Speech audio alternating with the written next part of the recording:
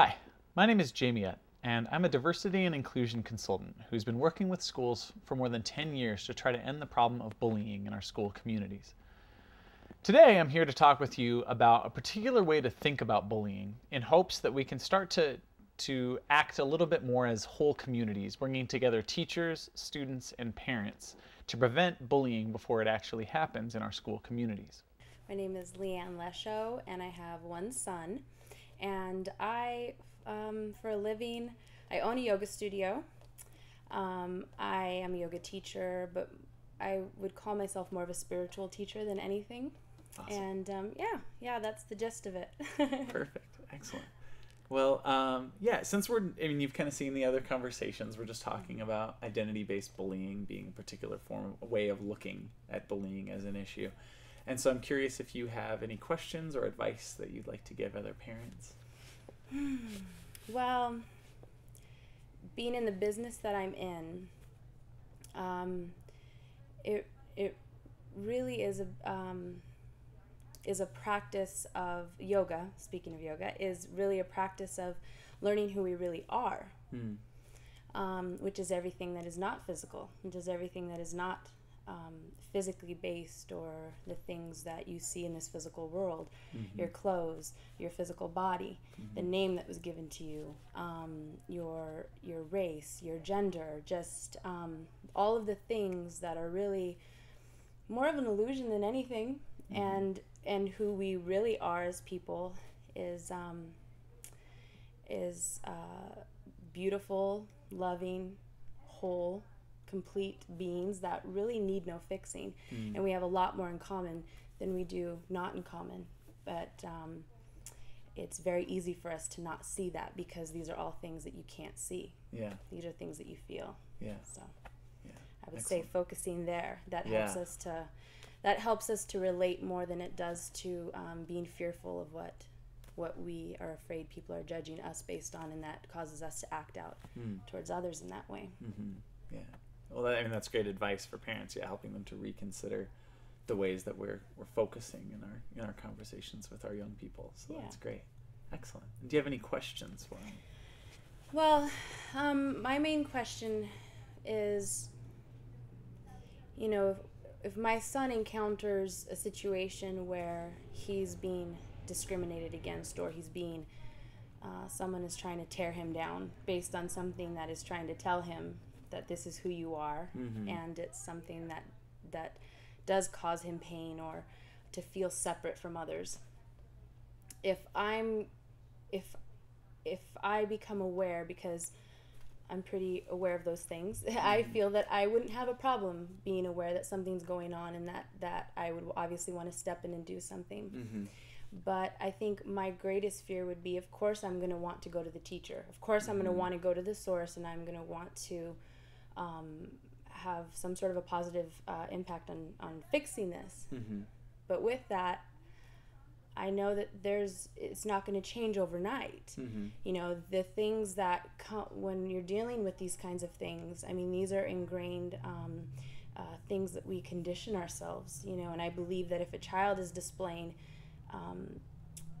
behaviors that are to tear other people down, it's really a learned thing. It's coming from the environment around them, and I believe that if it's being learned and they don't understand that it's being picked up from somewhere else, then how do we work with changing that? Because my child still has to go to school, and I can believe that someone's going to try to address it, but to believe that it's being addressed in a way that's going to continue to work with it, and not just think like, oh, it's fixed because we addressed it and we talked about it, and does that make sense? Yeah, it does. Okay. It does. Okay. And I think that one of the most important things that I tell parents that they can do is, from the earliest point in the school year in their education, starting to build relationships with the people at school, and that can be hard when you're really busy, to take the time to go in and meet the teacher before there's a problem, because it's easy to make the time after there's a problem, but it's a lot harder when there's not a problem yet, or going in and talking to the principal or those kinds of things. Those are key, because I used to be a teacher, and when I was a teacher, it was a lot harder for me to work with a parent that was coming in indignant if I had never talked to them before, because I don't know sort of what their understanding of their kid is. I don't know where they're coming from in terms of what all they're upset about, you know, versus if the parents that I had a relationship with, who came in from the beginning of the school year and introduced themselves, or who even just called me, even if they couldn't come in, they called me or they emailed me. Those parents, I feel like it was much easier when there was a problem to start to address the problem holistically, because we could go have a back and forth, we could ask questions. And often I got to know the student a lot better before there was any problem, because they would email me and they would call me and say, hey, you know, my son or daughter is going through X, Y, and Z, and I just wanted to give you a heads up, so that then I could be proactive in approaching that student. So anything that you can do to create those proactive relationships is going to be key to making sure that it's a holistic response, right? That it's not just a one and done response, that it's something that's about changing the culture and climate of the classroom to make sure everyone is safe and comfortable, and that it's about making sure that you're addressing it in an ongoing way, and that you're building up the student in an ongoing way. And then the other thing is, unfortunately, and I think that this is often out of necessity, because again, parents are really busy. Like, we have our jobs, plus we have to get dinner taken care of or whatever it may be. And but rarely do I see school communities that function as a community, in the sense that we know all the other parents, and that's hard to do. And so I don't expect that parents have the time to do all of that. But even if there's one or two other parents that you can start to have a relationship with, particularly if those parents have similar philosophies and mindsets, as well as if those parents' kids share things in common, particularly things about their identity or their experience in common with your child. Because then you can start to, by talking to those other parents, you can see, okay, was the thing that happened with my child a part of a pattern, or was it an isolated incident? Versus, all you have is your one experience of your child to go with, unless you have those relationships with other parents. And so, from an early age, trying to build up those relationships as much as you feel like you are able. Yeah, that makes sense. Yeah. So then you don't have to spend the time in the initial meeting just getting to know each other. Yeah. Yep. Yeah, exactly. So you kind of get right to it. Thank you. Yeah, absolutely. Yeah, that's very helpful. Yeah. Any other questions that you have?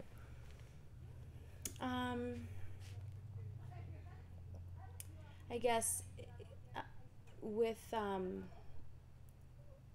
the program that you're working with, is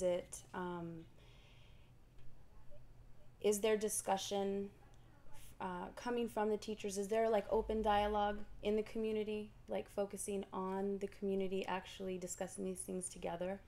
That's the goal of the program. Is we say that it's meant to be a program that engages every level of the community, which is why we're doing the parent videos. Is that often parents are left out of the conversation altogether, and so we're doing work with parents. We're also doing work with students. We're doing work with teachers to make sure that teachers are understanding the holistic nature of the problem of bullying in our schools. And so I think that the goal is to create, like I said, I think that so often educational communities aren't really communities, in the sense that we're not working together and taking care of each other and so on. And the goal of the program is to try to see,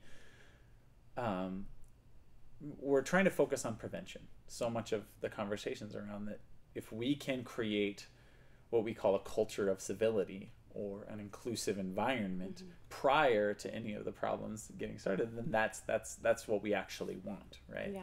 And sometimes problems they've been happening for a very long time, and so starting to then transform the community so that we're dealing with the problems that are already happening, but then we're changing the culture and climate to be one of civility or of inclusion, where everyone feels like they have a space. And that can only be done when every level of the school community is engaged in understanding that as the nature of the work. Yeah. So I like the sound of that. Yeah, it's the civility. Hope. Yeah. And that actually comes from an educational researcher at the University of Arizona. Her name is Sherry Bauman. And what she says is that so often schools respond to bullying. They respond to bullying, but they don't actually do much proactively. And she says that responses to bullying, research shows, are tremendously ineffective, because so often they're punitive, and punitive measures aren't effective in dealing with bullying. She says instead we need to create a culture of civility. We took that language from her research. Yeah, that's in language is very powerful. Yeah. That's a very powerful word. Yeah. A good one. Yeah. Very good. Yeah.